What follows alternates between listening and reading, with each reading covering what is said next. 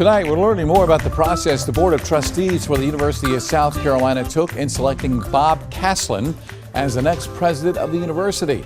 Our Loren Thomas has been reading through the documents since yesterday, mainly emails and text messages, trying to get to the bottom of all of this. What did you find? Well, JR, as you can see, we got more than 1,000 documents from the University of South Carolina, and in that time, what we learned is that the board members were attempting to sway others to vote their way. It was almost as if they were forming alliances, like something you would see on Big Brother, but in the end, they were divided ahead of that vote for Robert Caslin.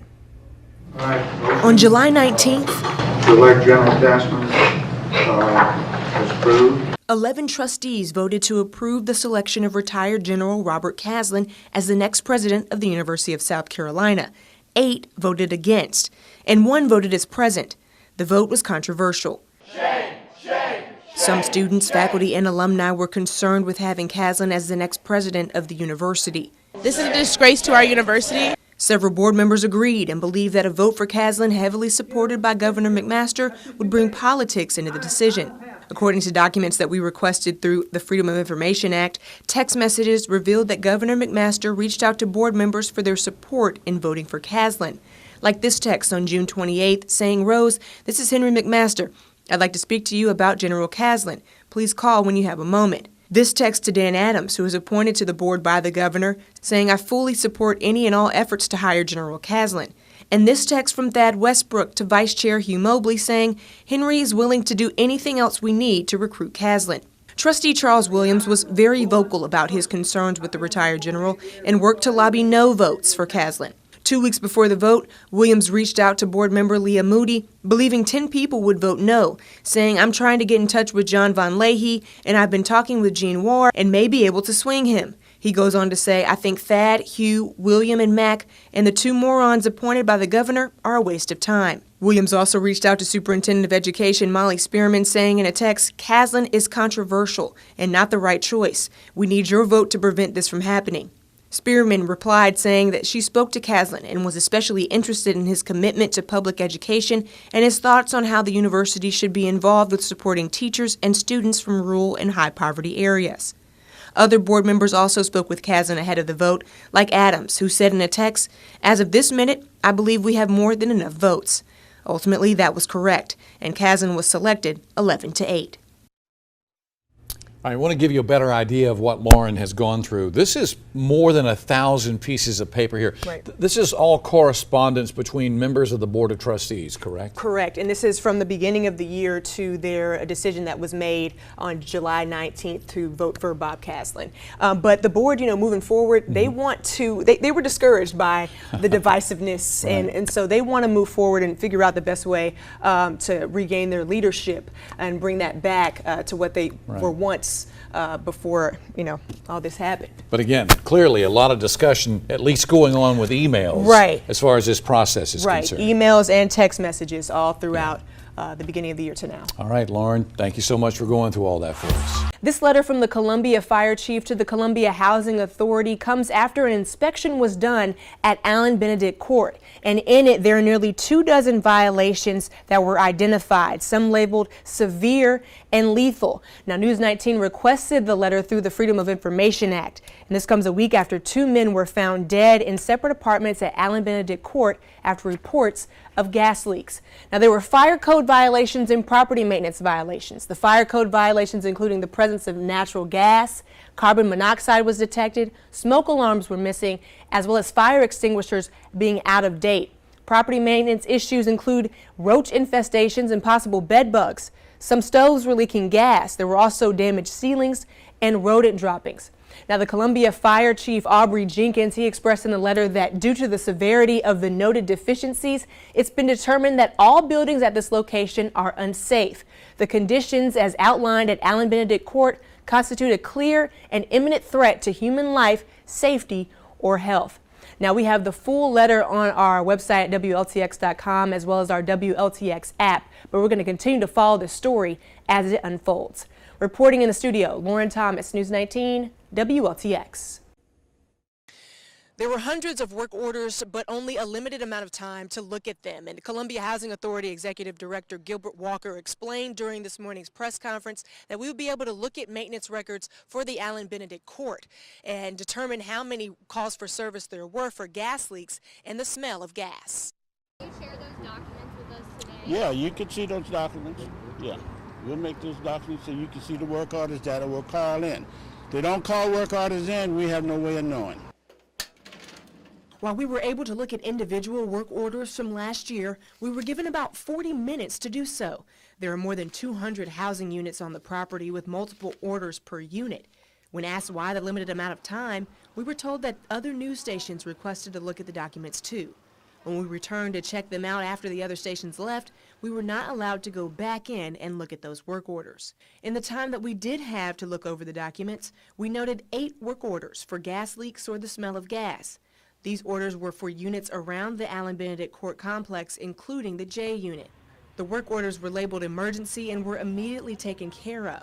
For some, we found that there was no actual gas leak. For others, the reason for the leak was written as gas regulator hit by lawnmower. With the time constraint, we weren't able to comb through all of those documents, but we will continue to ask to gain access to those work orders in the coming days. Reporting in Columbia, Loren Thomas, News 19, WTLX. All right, Loren, thank you. Jim, thank you. We have new information tonight. We are continuing to look into the Columbia Housing Authority now 2.5 months after the deaths of Calvin Witherspoon and Derek Roper at Allen Benedict Court. In our investigation, our deep dive team has focused on the management of the Housing Authority, requesting the work history of the executive director. News 19's Loren Thomas joins us now with more on what we found. Yeah, and Darcy, we received the personnel file for Executive Director Gilbert Walker through the Freedom of Information Act, and in it, we discovered several letters of concern by Walker's former boss. For 50 years, Gilbert Walker has worked for the Columbia Housing Authority in different roles, from property manager to assistant administrator, receiving accolades along the way. But it wasn't until his role as the deputy for housing management in the early 90s that there began to be red flags in his file. Rodney Fauser, who was executive director from 1990 to 2000, wrote several letters of concern to Walker between 1991 and 97, criticizing Walker's ability to manage his staff. In 1992, Fauser wrote a letter of concern after staff under Walker failed to collect rent and complete inspections, saying there's no excuse for the apparent failure of your oversight responsibility. After a thorough investigation of why this occurred, I can only reach the conclusion that the reports necessary for you to monitor team progress were in place and you simply ignored them. Another letter from Fauser in 1997 questioned maintenance readiness in units for new residents, writing that the condition of the apartments was totally unsatisfactory. And what actions like this tell me is that you and your staff care nothing for our residents. We spoke to Fauser on the phone about his concerns at the time. Basically, people could do things and there was no accountability. And so what you had to do was frequently sit the folks down and explain to them again they're out of a job if they don't do it. And then when you did fire them, you got holy hell. Despite Fauser's concerns with Walker, his annual reviews reflected a different story, positive feedback, including receiving substantially exceeds requirements for several annual reviews. When asked about Walker's performance reviews compared to the letters of concern, Fauser explained that Walker's influence in the community played a big role in his decisions, and he regrets that. I would have to take fault too, because I put up with a lot of it, and I shouldn't have, and in retrospect, I was stupid for doing it. Now, Gilbert Walker became executive director in January of 2000 and now is set to retire here on June 30th. But this file shows 50 years of his experience at the Columbia Housing Authority, and in it you heard those letters of concern. Why do you think Fauser decided he wanted to speak to us today? Well, he's been speaking to us throughout, including writing a letter last month expressing his concerns with what he has seen since the discovery of the deaths of Calvin Witherspoon and Derek Roper at Allen Benedict Court. So he's kind of said, if you want to reach out, you can. And so I reached out today and he talked. He decided he wanted to talk. All right, Loren, thank you so much. Ms. Dimler, did you have sex with a student at Airport High School? With her face covered and in the arms of her husband, Dawn Dimler walked out of the Lexington County Detention Center on a $30,000 personal recognizance bond. Over the weekend, she turned herself in at the Alvin S. Glenn Detention Center in Richland County, where she was facing one of 2 charges of sexual battery with a student. In Lexington County Bond Court this morning, the 43-year-old appeared for her second charge of sexual battery with a student, which is a felony. That's when a person of direct authority has a sexual relationship with a student 18 years or older without coercion. The charges stem from accusations that Demler had a sexual relationship with a 19-year-old student from Airport High School during the 2016-2017 school year. The student graduated in June of last year. News 19 requested her personnel file from Lexington School District 2, and in the file, a letter from the Lexington 2 superintendent to Demler explains that after she was put on administrative leave on January 25th, he learned that she left voicemail messages on the cell phone of the student's parent, apologizing for her behavior. The letter to Demler says, "I have listened to those recordings in which you admit to blank that you were in love with her son, and in which you apologize to blank for your relationship with him." The letter goes on to say that information on her district-issued cell phone and email corroborate her admission to an inappropriate relationship with a former Airport High School student. Demler did not comment on the accusations. Reporting in Lexington County, Loren Thomas, News 19, WLTX.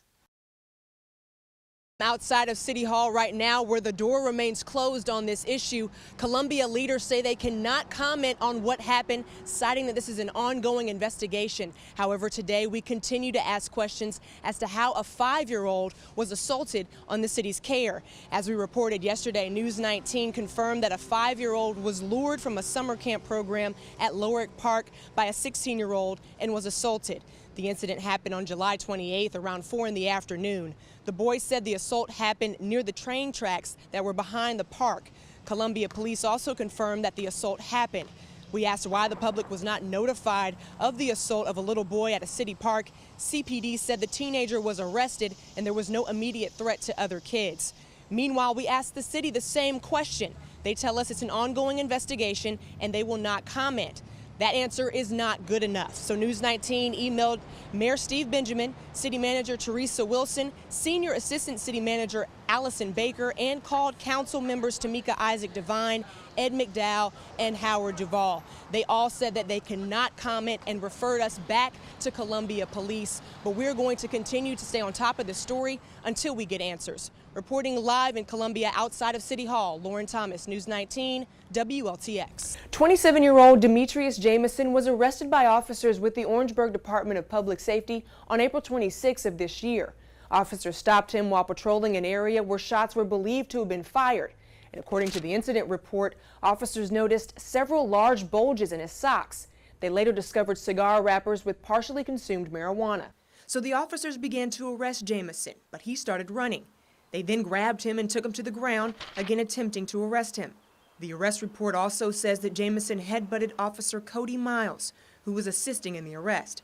As a result of this incident, Demetrius Jamison was charged with resisting arrest, simple possession of marijuana, assault and battery 3rd degree, and assault and battery high and aggravated nature for the headbutting of Officer Miles. He was denied bond and remained in jail.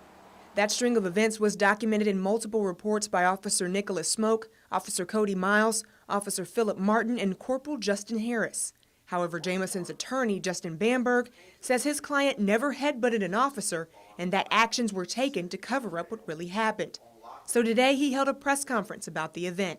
And we're here today in part to clear his name, because that is not what happened and that is not him.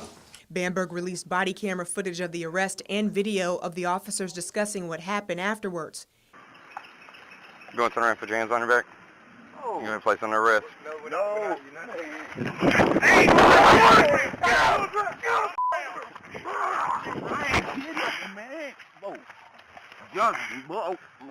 Come here! Hey! Oh, get off me, man! I ain't did. Boy, I ain't did nothing, man! Get off me, man! For real, bro. Watch out. Hey, get off! Get off! Get off! I'm a table! Stop fighting! Stop fighting! Put that on your back! Put that on your back! Put that on your back! Put the paper! All right, listen. Everybody listen to me. Stop. Are you hurt? Answer me honestly. Do not lie to me. Do not bullcrap me. All right. Stand by. Are you hurt? Are you hurt? Are you hurt? All right. Give me the radio, nobody else take it. Do you need EMS? Honestly, don't bull me. Anybody else? 101. Come to Medford and Mills.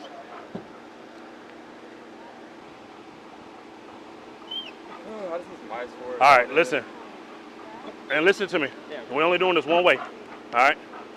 You was assaulted, and he was assaulted. Yeah, I think it's it. All right. 83, taser deployed. A June 3rd memo within the Department of Public Safety was also discovered, where Lieutenant Walter Smoke writes that it's clear that the suspect never made physical contact or attempted to make contact with Officer Miles. The suspect was charged with the crime anyway, and bond was denied. Lieutenant Walter Smoke also writes that he believes Officer Miles should be immediately relieved from duty. Last week, First Circuit Solicitor David Pasco dropped the charge of assault and battery of a high and aggravated nature. That charge alone carries a 25-year sentence. Immediately when I saw the videos and met with my assistants, immediately decided that you can't sit in jail for something where the prosecutor knows he didn't commit the crime. Jamison did plead guilty to resisting arrest, simple possession of marijuana, and assault and battery 3rd degree, and was sentenced to time served. What they did to him was wrong. It's inexcusable, and it's something that hopefully at the end of this process we will never see happen again. I spoke with Chief Mike Adams on the phone, asking him about the allegations, and he says that he has asked SLED to investigate and does not want to comment further as it could jeopardize the investigation. Reporting in the studio, Loren Thomas, News 19, WTLX.